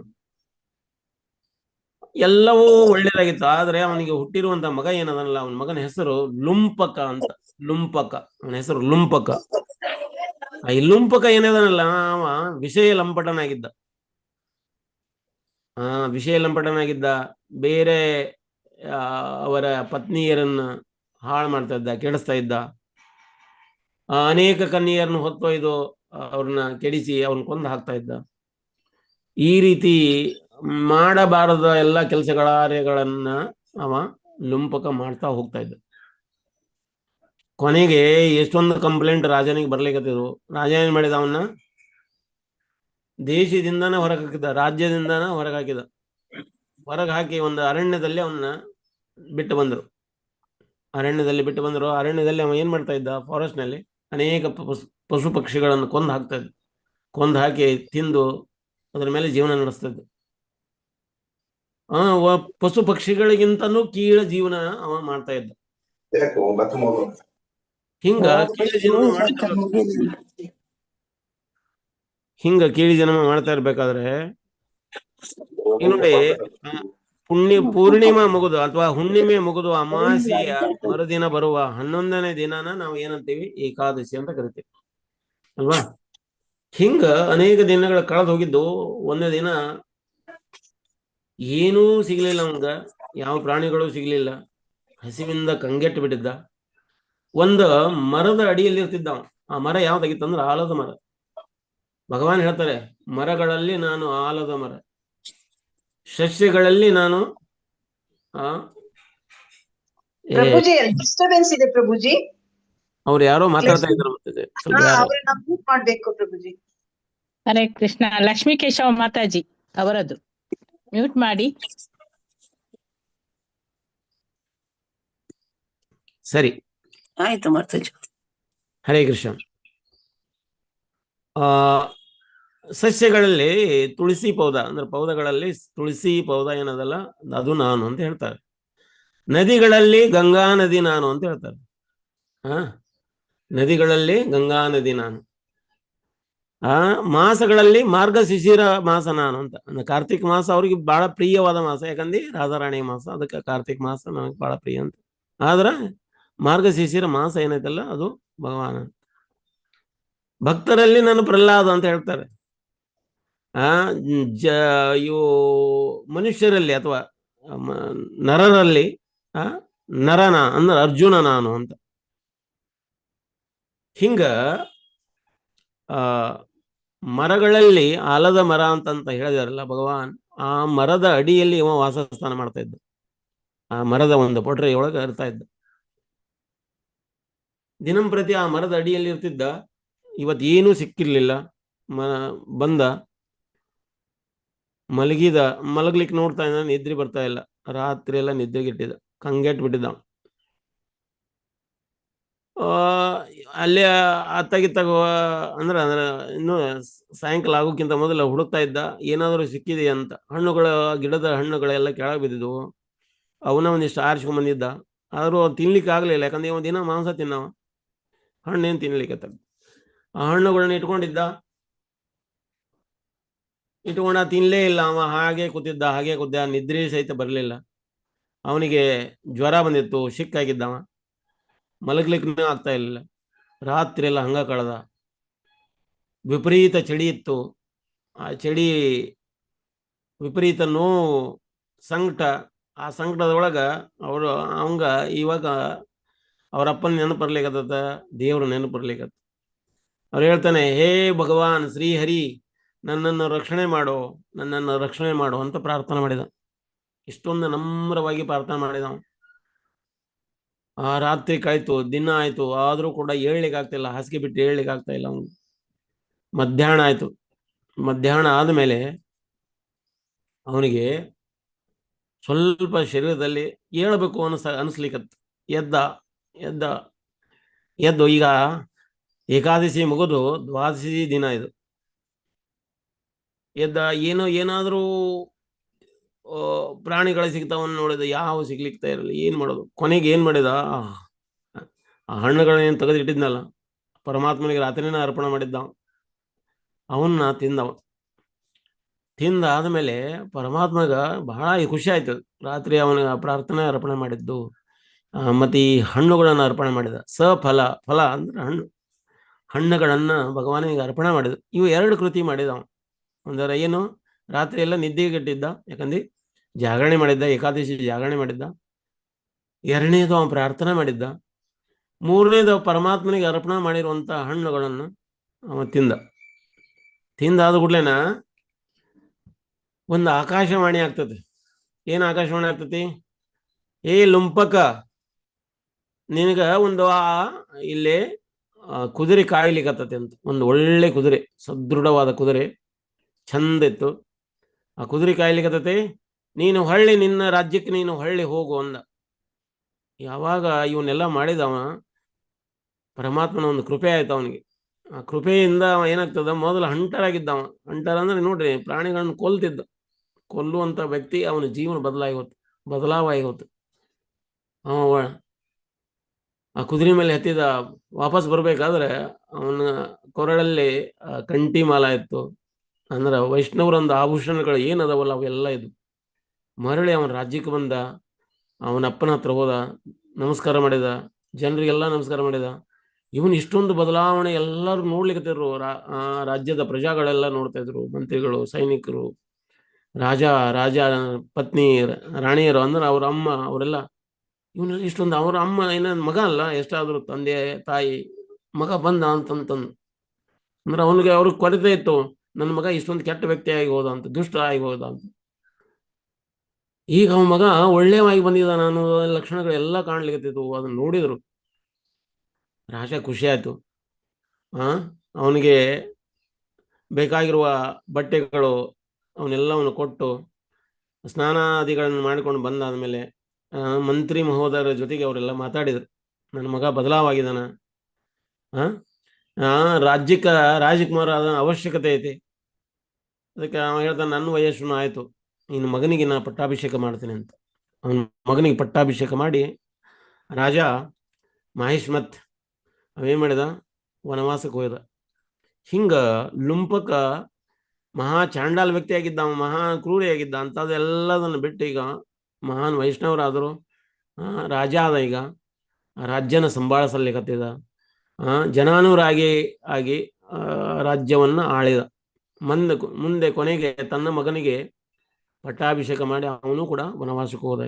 ಈ ರೀತಿಯಾಗಿ ಅವರು ಭಗವದ್ಧಾಮಕ್ಕೆ ಮರಳಿ ಹೋದ್ರು ಅಂತ. ಹಿಂಗ ನಮ್ಮ ಜೀವನದಲ್ಲಿ ಋಣಾತ್ಮಕವಾಗಿರುವಂಥ ಪ್ರಸಂಗಗಳು ಅಥವಾ ಋಣಾತ್ಮಕವಾಗಿರುವಂಥ ವಿಷಯಗಳು ಇದ್ದಾಗ ಒಂದಿಲ್ಲ ಒಂದು ಕಡೆಗೆ ಭಗವಾನ್ ಕಾಣುತ್ತಾರೆ. ಆದ್ರೆ ಅದನ್ನು ಗುರುತಿಸಿದ್ರೆ ನಮ್ಮ ಜೀವನ ಬದಲಾಗ್ತದೆ. ಆ ಗುರುತಿಸುವಂಥ ಒಂದು ಕ್ರಿಯೆನ ನಾವು ಮಾಡಬೇಕು.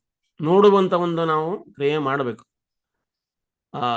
ನೋಡಿದಾಗ ಮಾತ್ರ. ಅದಕ್ಕೆ ನಾವು ಹೇಳ್ತಾರೆ, ಪುರಂದರದಾಸರು ಬಹಳ ಚಂದ ಹೇಳಿದಾರಲ್ಲ, ಸಂಕಟ ಬಂದಾಗ ವೆಂಕಟರಮಣ. ನಾವು ಸಂಕಟ ಬಂದಾಗ ಆದಾಗಾದ್ರೂ ಕೂಡ ಭಗವಾನ ನೆನಪು ಮಾಡ್ಕೊಳ್ಬೇಕು, ಕರಿಬೇಕು ನಾವು.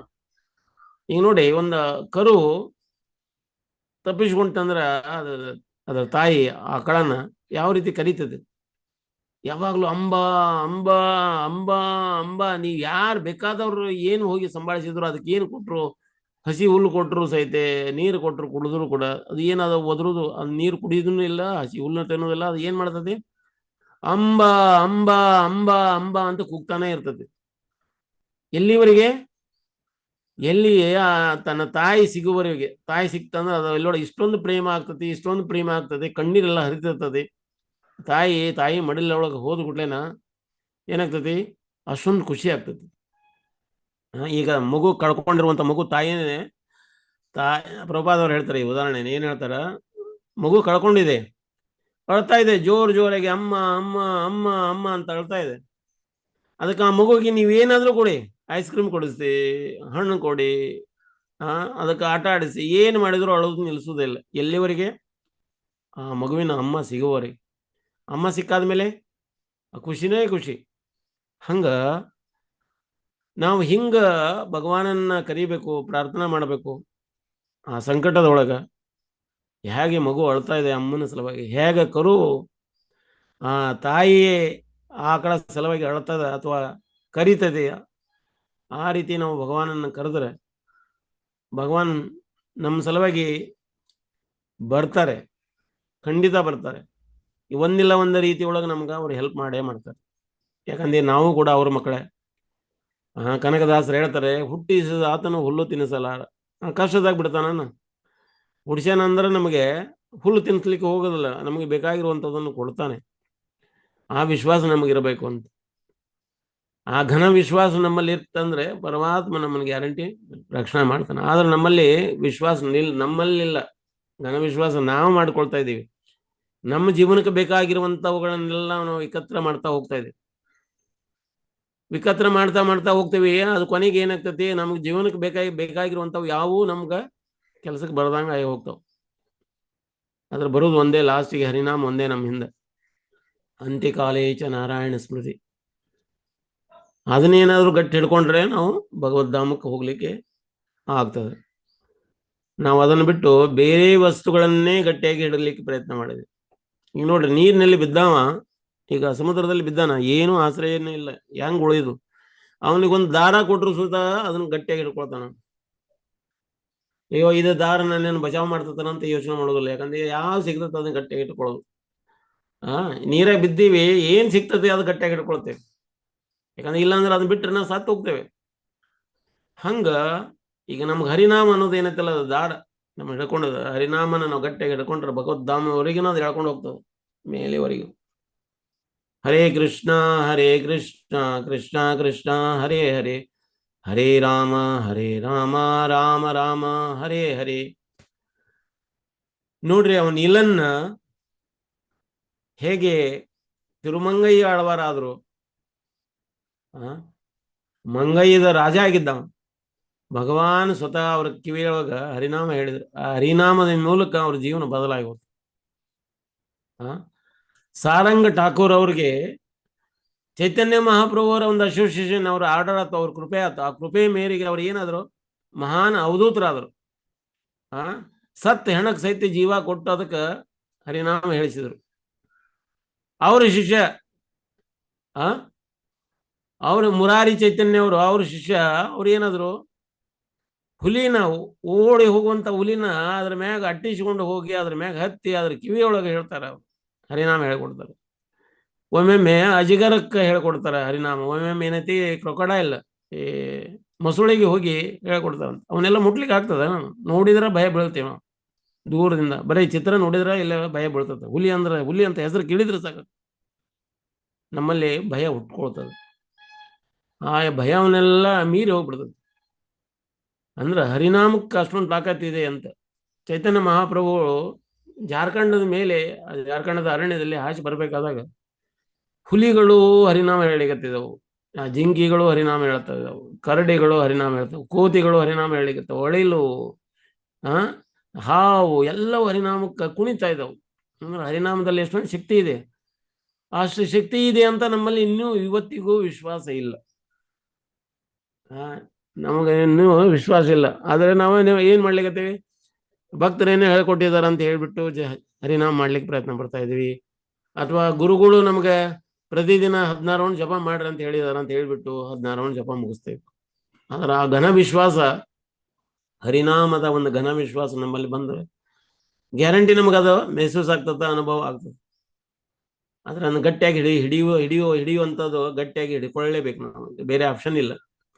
ಸಂಸಾರ ಧಾವ ನಲಲೀದ ಲೋಕ, ಈ ಸಂಸಾರ ಧಾವಾಗ್ನೆಯೊಳಗ ಸುಡ್ಲಿಕ್ಕತ್ತೇವೆ.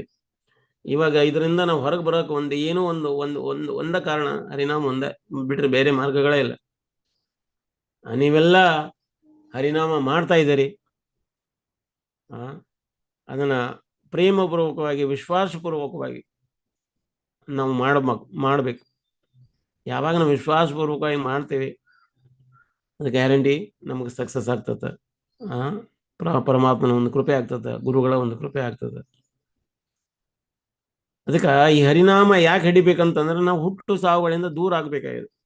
ಈ ಹುಟ್ಟು ಸಾವುಗಳ ಒಳಗ ಈ ಚಕ್ರಮಣಿ ಒಳಗನ ನಾವು ತಿರುಗ್ತಾ ಇದ್ದೇವೆ, ಚಕ್ರದೊಳಗೆ ತಿರುಗ್ತಾ ಇದ್ದೇವೆ, ರೊಟೇಟ್ ಆಗ್ತದೆ. ಎಷ್ಟಂತ ರೊಟೇಟ್ ಆಗ್ತದೆ, ಎಷ್ಟಂತ ಸಾಕು ಮಾಡಬೇಕಾಗಿದೆ. ಇನ್ನೂ ಸಾಕು ಈ ಜನ್ಮ, ಈ ಜನ್ಮ ನನ್ನ ಸಾಕು ಮಾಡ್ಬೇಕಾಗಿದೆ. ಯಾಕೆ ಜನ್ಮ ಸಾಕು ಮಾಡ್ಬೇಕು? ಜನ್ಮ ಸಾಕಾದ್ರೆ ಮೃತ್ಯು ಸಾಕಾಗ್ತದೆ. ಈ ಜನ್ಮ ಮೃತ್ಯು ನಡುವೆ ಇವೇನ ವೃದ್ಧಾಪ್ಯ ರೋಗಗಳದಾವಲ್ಲ, ಅದು ಮುಗಿತದೆ. ಈ ಚಕ್ರ ಏನು ಹುಟ್ಟು ಸಾವುಗಳು, ಮುಪ್ಪು, ರೋಗದಿಂದ, ಈ ಚಕ್ರದಿಂದ ನಾವು ಪಾರಾಗಬೇಕು. ಹರಿನಾಮ ಒಂದೇ ಅದಕ್ಕೆ ಕಾರಣ, ಇಲ್ಲಾಂದ್ರೆ ಬೇರೆ ಮಾರ್ಗಗಳಿಲ್ಲ. ಅದಕ್ಕೆ ಹರೇರ್ನಾಮ ಇವ ಕೇವಲಂ ಕಲೋ ನಾಸ್ತೇವ ಗತಿರ್ನತ. ಬೇರೆ ಗತಿಗಳೇನೇ ಇಲ್ಲ, ಬೇರೆ ಮಾರ್ಗಗಳೇ ಇಲ್ಲ. ಅದಕ್ಕೆ ನಾವು ಸೀರಿಯಸ್ ಆಗಿ ಇದನ್ನು ತೊಗೊಳ್ಬೇಕು.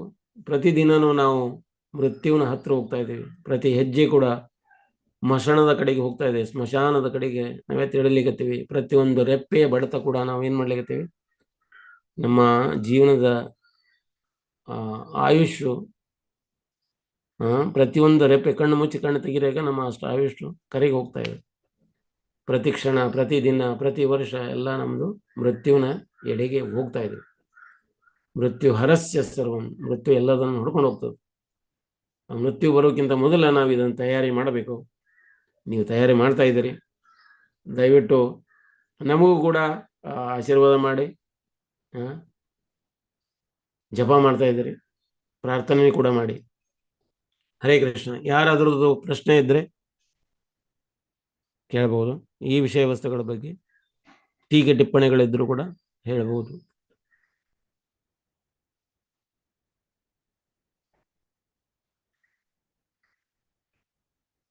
ಹರೇ ಕೃಷ್ಣ. ನಮ್ಮ ಧ್ವನಿ ಕೇಳ್ತಾ ಇದೆಯಾ? ಕೇಳ್ತದೆ ಪ್ರಭುಜಿ. ಸರಿ ಸರಿ ಸರಿ ಸರಿ.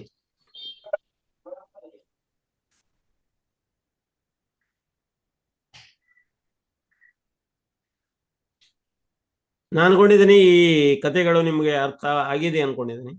ನಾವು 3 ಕಥೆಗಳನ್ನು ಹೇಳಿದ್ವಿ. ಒಂದು ನೀಲನ್ ಅಂದ್ರೆ ತಿರುಮಂಗೈ ಆಳ್ವಾರ್ ಮತ್ತು ಸಾರಂಗ ಠಾಕೂರ್ ಅವ್ರ ಬಗ್ಗೆ, ಇನ್ನೊಂದು ಏಕಾದಶಿ ಕತೆ, ಚಂಪಾವತಿ ರಾಜ್ಯದ ರಾಜ ಮಹಿಸ್ಮತಿ, ಅವನ ಮಗ ಲುಂಪಕ ಅನ್ನುವಂಥವ್ರದ್ದು. ಲುಂಪಕನವರು ನಂತರ ಮಹಾನ್ ವೈಷ್ಣವರಾಗ್ತಾರೆ. ಇಂಥವು ಅನೇಕ ಕಥೆಗಳು ನಾವು ನಮ್ಮ ಭಾಗವತದಲ್ಲಿ ನೋಡ್ತೇವೆ. ಎಸ್ಪೆಷಲಿ ರಾಮಾಯಣದಲ್ಲಿ ರತ್ನಾಕರ ಅನ್ನುವಂಥ ವ್ಯಕ್ತಿ ಮುಂದೆ ಹೋಗಿ ವಾಲ್ಮೀಕಿ ಆಗ್ತಾರೆ. ಅವನು ಇದೇ ರೀತಿ ಅವ್ರ ಜೀವನದಲ್ಲಿ ಹರಿನಾಮ ಅವ್ರ ಜೀವನನ ಬದಲು ಮಾಡ್ತದೆ.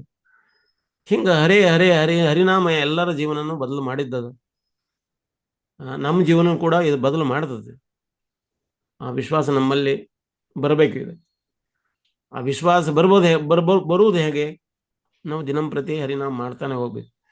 ಈ ಜಗತ್ತಿನೊಳಗೆ ಒಂದ ಔಷಧಿ, ಎಲ್ಲ ರೋಗಕ್ಕೂ ಒಂದ ಔಷಧಿ, ಹರೇ ಕೃಷ್ಣ ಮಹಾಮಂತ್ರ. ಹರೇ ಕೃಷ್ಣ ಕೃಷ್ಣ ಕೃಷ್ಣ ಹರೇ ಹರೇ, ಹರೇ ರಾಮ ರಾಮ ರಾಮ ಹರೇ ಹರೇ.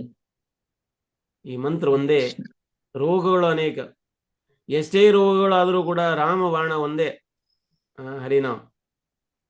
ಹರೇ ಕೃಷ್ಣ. ನಾವು ಅನ್ಕೊಂಡಿದೀವಿ ನಿಮ್ಗೆ ಯಾವ್ದು ಪ್ರಶ್ನೆಗಳೇ ಇಲ್ಲ ಅನ್ಕೊಂಡಿದ್ದೀನಿ. ಅಥವಾ ಇತ್ತಂದ್ರೆ ಕೇಳ್ಬೋದು, ಇರ್ಲಿಲ್ಲ ಅಂದ್ರೆ ನಾವು ಇಲ್ಲಿಗೆ ಕ್ಲಾಸ್ ಮುಗಿಸುವ. ಎಲ್ಲರಿಗೆ ಸರಿಯಾಗಿ ಮನದಟ್ಟಾಗಿದೆ ಪ್ರಭುಜಿ. ಯಾರ್ದು ಪ್ರಶ್ನೆ ಇಲ್ಲ. ಏನಾಗ್ತದೆ ಗೊತ್ತಾ, ಇನ್ನು 2 ರೀತಿ. ಒಂದು, ಎಲ್ಲ ವಿಷಯ ವಸ್ತುಗಳು ಎಲ್ಲ ಅರ್ಥ ಆಗಿದೆ ಅಂತ. ಇನ್ನೊಂದು ಏನ್ ಅರ್ಥ ಆಗ್ತದೆ, ಇನ್ನು ಯಾರಿಗೂ ಇದು ವಿಷಯ ವಸ್ತು ಅರ್ಥ ಆಗ್ಲಿಲ್ಲ ಅಂತ ನಮ್ಗೆ ಆ ರೀತಿ ಕನ್ಫ್ಯೂಸ್ ಆಗ್ತದೆ. ಅದಕ್ಕೆ ನಾವು ಯಾರಿಗೆ ಇದನ್ನ ಪ್ರಶ್ನೆಗಳು ಕೇಳಿದ್ರೆ ಈ ವಿಷಯ ವಸ್ತುಗಳ ಬಗ್ಗೆ ಇನ್ಕ್ವಿಸಿಟಿವ್ ಇದೆ, ಕೇಳಿಸ್ಕೊಂಡಿದ್ದಾರೆ ಅಂತ ಈ ರೀತಿ ಆಗ್ತದೆ. ಅದಕ್ಕೆ ಈ ಪ್ರಶ್ನೋತ್ತರ. ಯಾಕಂದ್ರೆ ನೀವು ಒನ್ ವೇ ಆಗಬಾರ್ದು. ನಾವು ಹೇಳ್ತಾ ಹೋಗೋದು ಅಂತ, ನೀವು ಕೇಳ್ತಾ ಹೋಗೋದಂತಲ್ಲ. ನೀವು ಕೇಳಿದವರು ಕೂಡ ಹೇಳ್ಬೋದು, ಏನೇನು ಕೇಳಿದಿರಿ ಅದನ್ನ ಹೇಳ್ಬೋದು. ಇದು 2 ವೇ, 2 ರಸ್ತೆ, ಅಂದ್ರೆ ಒನ್ ವೇ ಆಗೋಂಗಿಲ್ಲ ಅಂತ. ಪ್ರಶ್ನೋತ್ತರ 2 ಅಂದ್ರೆ, ಈಗ ನೋಡಿ, ನಮ್ಮೆಲ್ಲ ಗ್ರಂಥಗಳು ಪ್ರಶ್ನೆ ಮತ್ತು ಉತ್ತರಗಳ ಮೇಲೆ ನಿಂತಿದ್ದಾವೆ. ಗುರು ಶಿಷ್ಯನ ಪ್ರಶ್ನೆಗೆ ಉತ್ತರ ಕೊಡ್ತಾರೆ, ಅಥವಾ ಶಿಷ್ಯ ಪ್ರಶ್ನೆ ಕೇಳ್ತಾರೆ, ಗುರು ಉತ್ತರ ಕೊಡ್ತಾರೆ. ಗುರು ಪ್ರಶ್ನೆ ಕೇಳ್ತಾರೆ, ಶಿಷ್ಯರಿಂದ ಉತ್ತರನ ನಿರೀಕ್ಷಣೆ ಮಾಡ್ತಾರೆ. ಈಗ ಕೃಷ್ಣ ಅರ್ಜುನನ ಜೊತೆಗೆ ಪ್ರಶ್ನೋತ್ತರ ಮಾಡಿದರು. ಅನೇಕ ವಿಷಯಗಳಲ್ಲಿ ಎಲ್ಲಾ ಕಡೆ ನೋಡಿ, ಈ ಜಗತ್ತು ನಡೀತಾ ಇರೋದು ಮಾತಿನಿಂದ ಅಥವಾ ಪ್ರಶ್ನೋತ್ತರಗಳಿಂದನ ಈ ಜಗತ್ತು ನಿರ್ಮಾಣ ಆಗಿದೆ. ಆ ಪ್ರಶ್ನೋತ್ತರಗಳಿಂದನ ನಾವು ಭಗವದ್ಧಾಮಕ್ಕೆ ಹೋಗ್ಬೇಕಾಗಿದೆ. ಯಾಕಂದ್ರೆ ನಾವು ಪ್ರಶ್ನೆ, ನಮ್ಮ ಜೀವನಕ್ಕೆ ನಾವು ಯಾರು ಅನ್ನುವಂಥ ಪ್ರಶ್ನೆ ಕೇಳ್ಕೊಂಡಾಗನ ನಾವು ಯಾರು ಅನ್ನೋದು ಅರ್ಥ ಆಗ್ತದೆ. ನಾನು ಯಾರು? ಹಾಗಾದ್ರೆ ನಾನು ಪರಮಾತ್ಮನ ಒಂದು ವಂಶ, ನಾನು ಈ ಶರೀರ ಅಲ್ಲ. I am not this body, I am the spirit soul. ಹಾಗಾದ್ರೆ ನಾನು ಆತ್ಮ ಅಂದ್ರೆ ಆತ್ಮ ಪರಮಾತ್ಮಗೆ ಏನಪ್ಪ ಸಂಬಂಧ? ಹಾಗಾದ್ರೆ ಪರಮಾತ್ಮನ ನಾಮ ಯಾಕೆ ತೊಗೊಳ್ಬೇಕು ಅನ್ನೋದು ಅರ್ಥ ಆಗ್ತದೆ. ಅವಾಗ ನಾವು ಎಲಿಜಿಬಲ್ ಆಗ್ತೀವಿ, ಹೋಗ್ಲಿಕ್ಕೆ ತಯಾರಾಗ್ತೀವಿ ಅಂತ. Hare Krishna. Thank you very much. ಧನ್ಯವಾದ. ಹರೇ ಕೃಷ್ಣ. ಧನ್ಯವಾದಗಳು ಪ್ರಭುಜಿ. ಹರೇ ಕೃಷ್ಣ. ಹರೇ ಕೃಷ್ಣ. ಧನ್ಯವಾದಗಳು. ಹರೇ ಕೃಷ್ಣ. ಹರೇ ಕೃಷ್ಣ. ಹರೇ ಕೃಷ್ಣ. ಹರೇ ಕೃಷ್ಣ ಪ್ರಭುಜಿ. ಹರೇ ಕೃಷ್ಣ. ಧನ್ಯವಾದಗಳು. ಪ್ರಭುಜಿ ಹರೇ ಕೃಷ್ಣ. ದಂಡೋತ್ ಪ್ರಣಾಮ ಪ್ರಭುಜಿ. ಹರೇ ಕೃಷ್ಣ. ಹರೇ ಕೃಷ್ಣ. ಹರೇ ಕೃಷ್ಣ. ಸರಿ, ಇಲ್ಲಿಗೆ ನಾವು ಕ್ಲಾಸ್ ಮುಗಿಸುವ. ಹರಿಭೋ.